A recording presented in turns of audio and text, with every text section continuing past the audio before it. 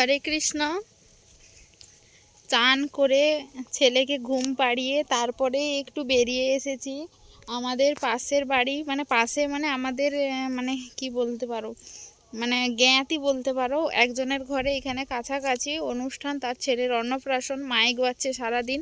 তাই কোনো ভিডিও নিতে পারছি না, কারণ ভিডিওতে কপিরাইট পড়ে যাবে। এখন হচ্ছে দুপুরবেলা, মাইকটা কিন্তু বন্ধ করেছে। আর এখনই কিন্তু তোমাদের সাথে ভিডিওটা আমি শেয়ার করছি, একটু ভিডিওটা আরম্ভ করেছি, তাও আবার মাঠে এসে, কারণ ঘরের ভিতরে ছেলে যেহেতু ঘুমিয়েছে, সে উঠে পড়তে পারে, ওই জন্যই কিন্তু। আর কয়েকদিন হয়েছে ভিডিওটা ঠিকঠাক করাও হচ্ছে না। আর এত পরিমাণে গরম, আর কি বলবো, আর তোমাদের সাথে প্রতিদিন বা কী শেয়ার করব আমি। সেই রান্না বান্না, ঘরের কাজকর্ম ছাড়া আর কী বা শেয়ার আছে।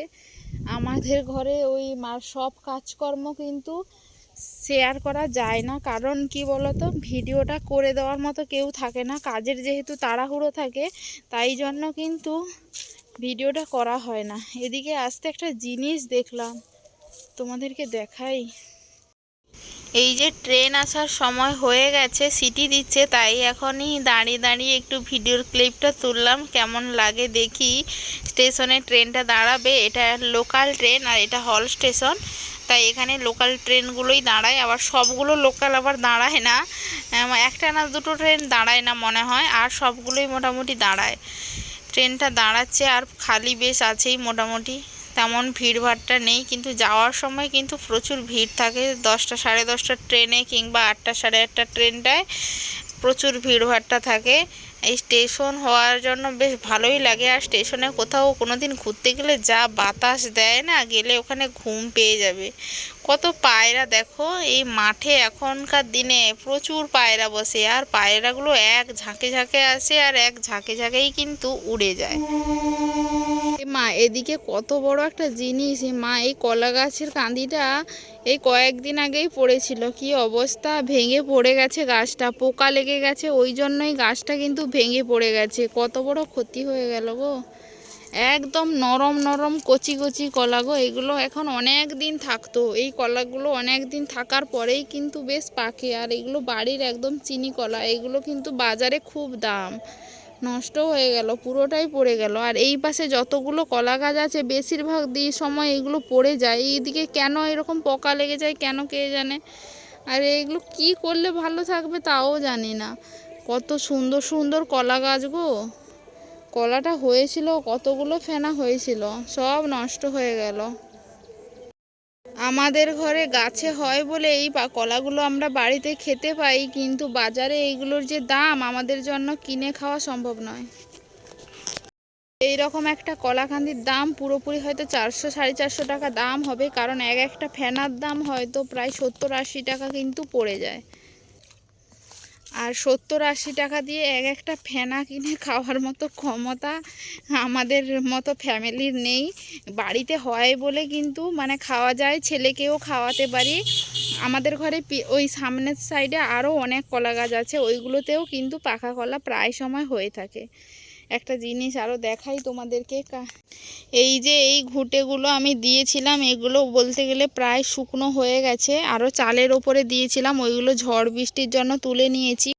বৃষ্টি তো হয়নি, কিন্তু ঝড় বিদ্যুৎ এইসব কিন্তু দিচ্ছে। আর কত জ্বালানি পড়েছে, জ্বালানিগুলো গুঁড়িয়ে ফেলি চলো। এই যে গাছের বাকল, এইগুলো পটাশ গাছের বাকল, এই যে পটাশ গাছ, এইগুলো বাকল সব খুলে খুলে পড়ে গেছে। এইখানে ওইখানে অনেক জায়গায় কিন্তু পড়ে আছে, এগুলো গুঁড়িয়ে নিয়ে যাই, এগুলো রান্না হবে, জ্বালানি হবে। আর এই গাছের বাকলগুলো এত সুন্দর জ্বলে না, জ্বালন দিয়েও মানে কি, মানে একটা আমেজ, খুব ভালো জ্বলে, একদম হু হু করে জ্বলতে থাকে।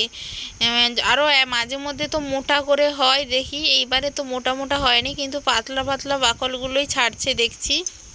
আর বাতাসে কিছু বাকল পুকুর ঘাটেও পড়ে যায়, মানে যখন কালবৈশাখী ঝড় ওঠে তখন উপরে উপরে অনেক বাকল তো এরকম ছাড়ে, এবার সবগুলো হয়তো নিচে পড়ার আগে অনেকগুলো কি হয় পুকুরেও পড়ে যায়।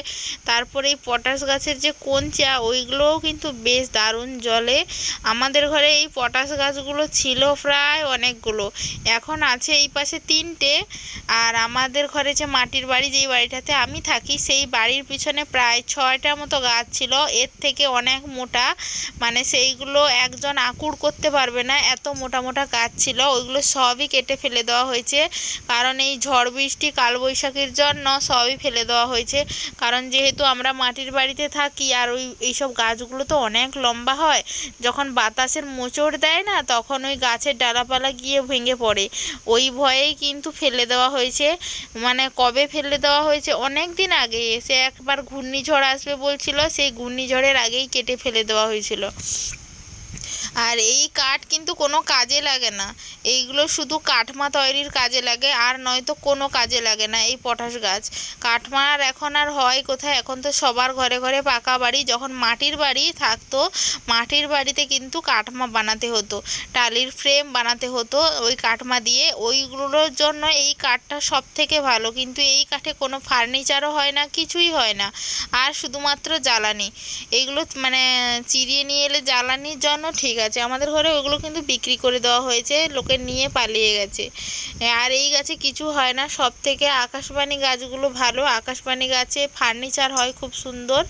আমার বাবাদের ঘরে তো ছিল অনেক, আমাদের ঘরে যে বক্স খাট, তারপরে আলনা, তারপর ড্রেসিং টেবিল, সবই কিন্তু ওই আকাশবাণী খাটে বাবা কিন্তু বানিয়ে দিয়েছিল। বাবার ঘরে নিজের ঘরের গাছের কাঠ চিরিয়ে নিয়ে এসে বাবা মিস্ত্রি দিয়ে বানিয়ে দিয়েছিল। সমস্ত জ্বালানি গুঁড়িয়ে নিয়ে এসে রান্নাঘরে রেখে দিয়েছি। তারপরে আর সারা বিকাল মানে রাত্রে সন্ধে আর ভিডিও করা হয়নি, সারাদিন এত পরিশ্রম গেছে, আর ভিডিও করতে ভালো লাগেনি। রান্নাটা বসিয়ে দিয়েছি, কি রান্না করব খুঁজেই পাচ্ছিলাম না, সবজি থাকলেও সমস্যা, না থাকলেও সমস্যা। তারপরে ভাবলাম ডাল আর একটু আলু ভাজা করি, ওইগুলো দিয়ে রাতে গোপুসোনাকে সেবা দিলাম, তারপরে গোপুসোনাকেও আমি শয়নে দিয়ে দিয়েছি। এখন গোপুসোনার মশারিটা তুলে দিই, তাহলেই কিন্তু হয়ে যাবে। যাই হোক, আজকের ভিডিওটাও এখানেই শেষ করছি। যদি ভিডিওটা ভালো লাগে অবশ্যই লাইক কমেন্ট শেয়ার করো। হরে কৃষ্ণ।